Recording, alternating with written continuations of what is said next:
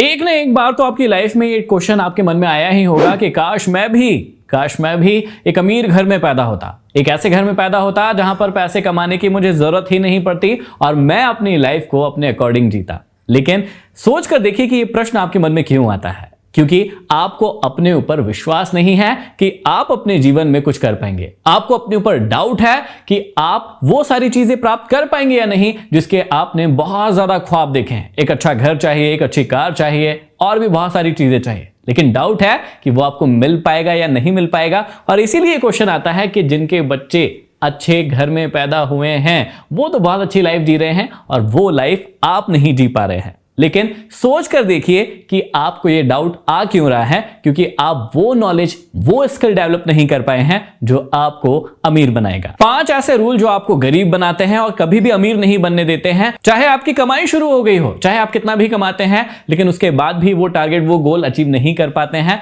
जो आपने ख्वाब में देखा है। तो ऐसे कौन से वो 5 रीजन है जिसकी वजह से कोई भी व्यक्ति गरीब का गरीब ही रह जाता है, आज मैं उसी के बारे में आप सभी को बताने वाला हूं। सबसे पहली और सबसे इंपॉर्टेंट चीज है जो हर एक व्यक्ति को पता होना चाहिए कि कमाता तो हर एक व्यक्ति है, लेकिन उस कमाई में से वो बचाता कितना है, ये सबसे ज्यादा इंपॉर्टेंट है। क्योंकि आपने मान लीजिए 1 लाख रुपए महीना कमाया और आप उस 1 लाख रुपए महीने को पूरा का पूरा चट कर जाते हैं, मतलब खत्म कर जाते हैं, आपके पास कुछ भी सेविंग नहीं बचती है, तो सोच कर देखिए कि आपके वो सपने जो आप फ्यूचर में पूरा करना चाहते हैं, क्या वो पूरा हो पाएंगे? बिल्कुल भी नहीं। धीरे धीरे करके आपकी ये सेविंग ही है जो कि धीरे धीरे करके ग्रो करेगी, बड़ी करेगी, यदि आप उसे सही जगह पर इन्वेस्ट करेंगे। लेकिन मैंने बहुत सारे ऐसे लोगों को देखा है जहां पर, ऐसे कई सारे केसेस मैंने देखे हैं जहां पर 1 लाख रुपए कोई व्यक्ति कमाता है और कोई व्यक्ति 50,000 रुपए कमाता है, लेकिन 50,000 कमाने वाला अच्छी लाइफ जी रहा है और 1 लाख कमाने वाला अभी भी परेशान है, वो बर्बाद ही है। ऐसा क्यों होता है? क्योंकि 1 लाख कमाने वाला अपनी पूरी की पूरी कमाई जो है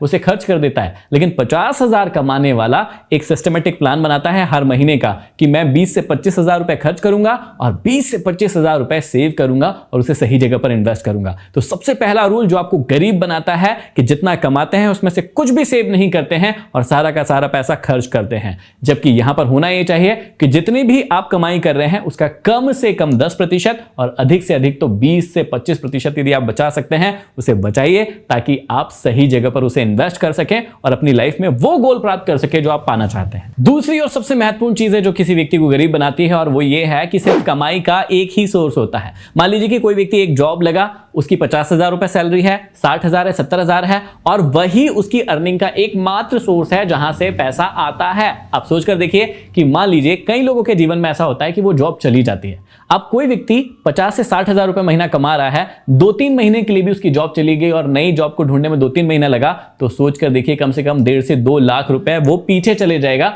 लेकिन उस समय में ऐसा नहीं होगा कि खर्चे पीछे चले जाएंगे, खर्चे तो उतने के उतने ही होंगे। तो यदि कमाई का एक ही सोर्स रहता है तो देखिए आपकी यदि जॉब चली गई, यदि वो इनकम सोर्स बंद हो गया तो आपके पास कुछ भी नहीं है, लेकिन खर्चा करने के लिए हर एक चीज है। जो बहुत सारे ऐसे खर्चे होते हैं जहां पर करने की जरूरत नहीं है उसे तो आप रोक लेंगे, लेकिन क्या खाना खाना बंद कर देंगे? क्या मोबाइल का रिचार्ज कराना बंद कर देंगे? क्या बच्चों की फीस आप बंद कर सकते हैं? बिल्कुल भी नहीं, वो खर्चे हमेशा चलते रहेंगे।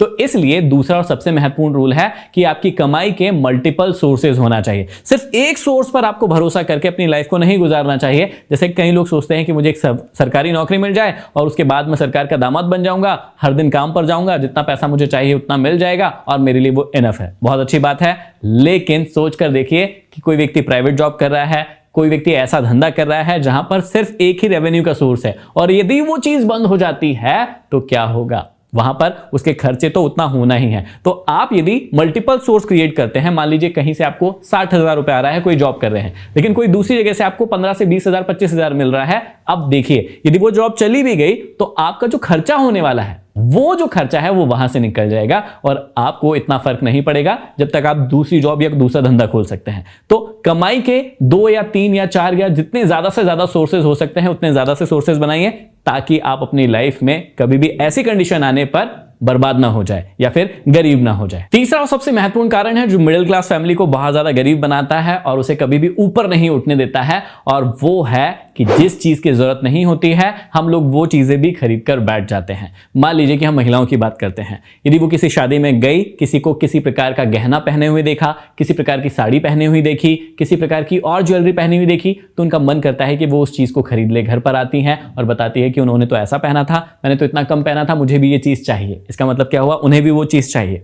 जरूरत नहीं है, लेकिन क्योंकि सोसाइटी को दिखाना है, दूसरे व्यक्ति को दिखाना है, तो वो चीज उन्हें चाहिए ही चाहिए। अब प्रेम में कहिए या दबाव में कहिए, कोई व्यक्ति उसे वो चीज दिला देता है। यहां पर क्या हुआ कि उस चीज की अभी रिक्वायरमेंट नहीं थी, लेकिन उसे परचेस कर लिया गया।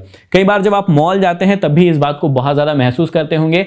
क्यों? पहले ट्रेडिशनल जो वे होता था उसमें आप किसी शॉप पर जाते थे, उस शॉपकीपर को, दुकान वाले को बोलते थे कि मुझे ये सामान चाहिए, और वो आपको निकाल के देता था। लिस्ट बन के जाती थी, उतना ही सामान घर में आता था जितना आपको जरूरत होती थी। लेकिन अभी मॉल में क्या हो गया है, आपको स्वतंत्रता दे दी गई है, तो आपको बड़ा अच्छा लगता है कि यार मुझे जो चीज चाहिए मैं वहां से ले सकता हूं। लेकिन वहां पर एक चीज और होती है जो आप कभी समझ नहीं पाते हैं कि आप जिस चीज को नहीं भी चाहते हैं आप उसे भी घर उठाकर ले आते हैं जो आपको अच्छी लगती है। अब यहां पर दिक्कत क्या होगी कि जिस व्यक्ति के पास अच्छा पैसा है, ज्यादा पैसा आ रहा है, तो उसे तो कोई दिक्कत नहीं है, लेकिन किसी की इनकम ही लिमिटेड है तो वो उस चीज को धीरे धीरे करके खर्चे अपने बढ़ा रहा है। जितनी बार भी मॉल जाएगा, मान लीजिए उसने सोचा था 2000 रुपए खर्चा करूंगा, 2500, 3000, 4000 खर्चा करके आ गया, तो वो चीज उसे समझ में नहीं आएगी, लेकिन धीरे धीरे करके वो उसकी सेविंग जो है उसे कम करती रहेगी। तो आप याद रखिएगा कि जिन भी चीजों की लाइफ में अभी इमीडिएट जरूरत नहीं है, दिखाने के लिए जरूरत नहीं है, आप उन चीजों को परचेस मत कीजिए, बल्कि उस पैसे को आप सेव कीजिए और सही जगह पर इन्वेस्ट कीजिए। तो जो गरीब लोग होते हैं वो यही करते हैं, दिखावे के चक्कर में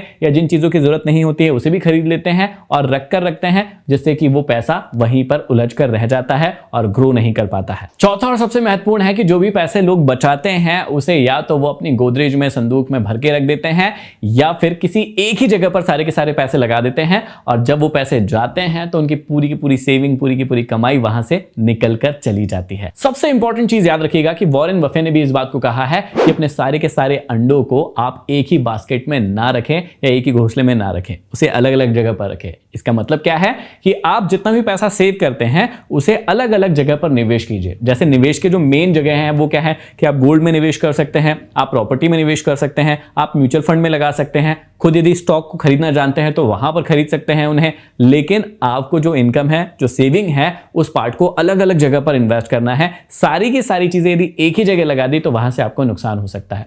मान लीजिए किसी व्यक्ति ने कोई प्लॉट खरीद लिया, अब प्लॉट खरीदा है और उसको इमीडिएट पैसे चाहिए, तो वहां से एकदम से भी नहीं निकल सकता। इसलिए इस बात का भी ध्यान दीजिए कि कुछ पैसा ऐसी जगह पर लगाइए जहां से आपको तुरंत पैसा रिटर्न मिल जाए। तो यदि आप इन्वेस्ट कर रहे हैं कहीं पर तो उसे एक बास्केट में मत रखिए, उसको अलग अलग जगह पर रखिए, ताकि आपको जब पैसे की जरूरत हो तब निकाल सके और आपके लॉसेस भी एक साथ बहुत ज्यादा ना हो। कई लोग ऐसा कर रहे हैं आजकल कि अपनी पूरी की पूरी जो अर्निंग होती है उसे, वो जो सेविंग होती है उसे स्टॉक मार्केट में लगा देते हैं। अभी आपको पता है कि स्टॉक मार्केट एकदम से क्रैश हुआ, नीचे की ओर गया पिछले 10 या 20 दिन में। तो अब क्या हुआ कि जितना भी पैसा लगाया था उन्होंने वो सारा का सारा माइनस में दिख गया। आज नहीं तो कल यदि अच्छे स्टॉक है तो वो उभर कर सामने आएंगे, वापस से उसे प्रॉफिट देंगे। लेकिन इस समय जब वो व्यक्ति अपने लॉसेस को देखता है तो उसे स्ट्रेस होता है, एंजाइटी होती है, और यही चीज आपको दिक्कत दे सकती है। इसलिए सारे के सारी पैसे जो है, सेविंग जो है, एक जगह पर मत लगाइए, उसको अलग अलग जगह पर देख के लगाइए। और पांचवी और सबसे इंपॉर्टेंट चीज है जो आपको गरीब का गरीब ही रखेगी, या फिर जिस वजह से आप अभी तक अमीर नहीं बन पाए हैं, और वो है कि आप अपने ऊपर पैसा नहीं लगाते हैं, अपनी स्किल्स को ग्रो करने में कभी भी पैसा नहीं लगाते हैं। देखिए, इंपॉर्टेंट चीज यह है कि पहला जो क्वेश्चन आया था कि मैं इतना गरीब क्यों हूं या मेरी फैमिली अमीर क्यों नहीं है, मैं किसी अमीर घर में पैदा क्यों नहीं हुआ, उसे जाने दीजिए। आप सिंपल सी बात समझिए अपनी लाइफ में कि आप जहां पर भी है बेस्ट जगह पे है और आपके अंदर वो स्किल्स है, वो पोटेंशियल है, आप इतनी मेहनत कर सकते हैं कि आप उस मुकाम को पा सकते हैं जहां आप पाना चाहते हैं। लेकिन उसके लिए सबसे पहले सारी चीजें छोड़ के आपको अपने आप में इन्वेस्ट करना होगा। जब तक आप अपने ऊपर इन्वेस्ट नहीं करेंगे, अपनी स्किल्स को ग्रो नहीं करेंगे, तब तक आप वहीं के वहीं रहेंगे और रोते रहेंगे, गिड़गिड़ाते रहेंगे, दूसरों से मांगते रहेंगे कि मुझे कुछ दे दो। देखिए, ये दुनिया जो है वो लेने के लिए नहीं बनी है बल्कि देने के लिए बनी है, और आप में वो पोटेंशियल है, वो ताकत है कि आप दुनिया को कुछ दे सकते हो। लेकिन सबसे इंपॉर्टेंट चीज है कि आपको अपने ऊपर भरोसा होना चाहिए, और उस भरोसा होने के बाद जो सबसे इंपॉर्टेंट चीज है कि किसी न किसी स्किल को सीखिए, उसमें मजबूत बनिए और उस स्किल का सबसे बड़ा महारथी बनिए, ताकि आपको वो स्किल इतने अच्छे से आए कि आप जो उस स्किल से कमाना चाहे वो कमा सके। आशा करता हूं कि ये पांचों बातें आपको समझ में आई होगी और आप अब से काम करना शुरू कर देंगे, ताकि आप किसी और को दोष ना दे गरीब रहने के लिए, आप अमीर बनने के लिए, सक्सेसफुल बनने के लिए काम करें। यदि वीडियो पसंद आए तो इसे लाइक, शेयर और सब्सक्राइब जरूर करें, और यदि किसी भी टॉपिक के ऊपर आप जानना चाहते हैं तो मुझे कमेंट बॉक्स में कमेंट करके जरूर बताइए। अगले वीडियो में फिर मिलते हैं, तब तक के लिए धन्यवाद।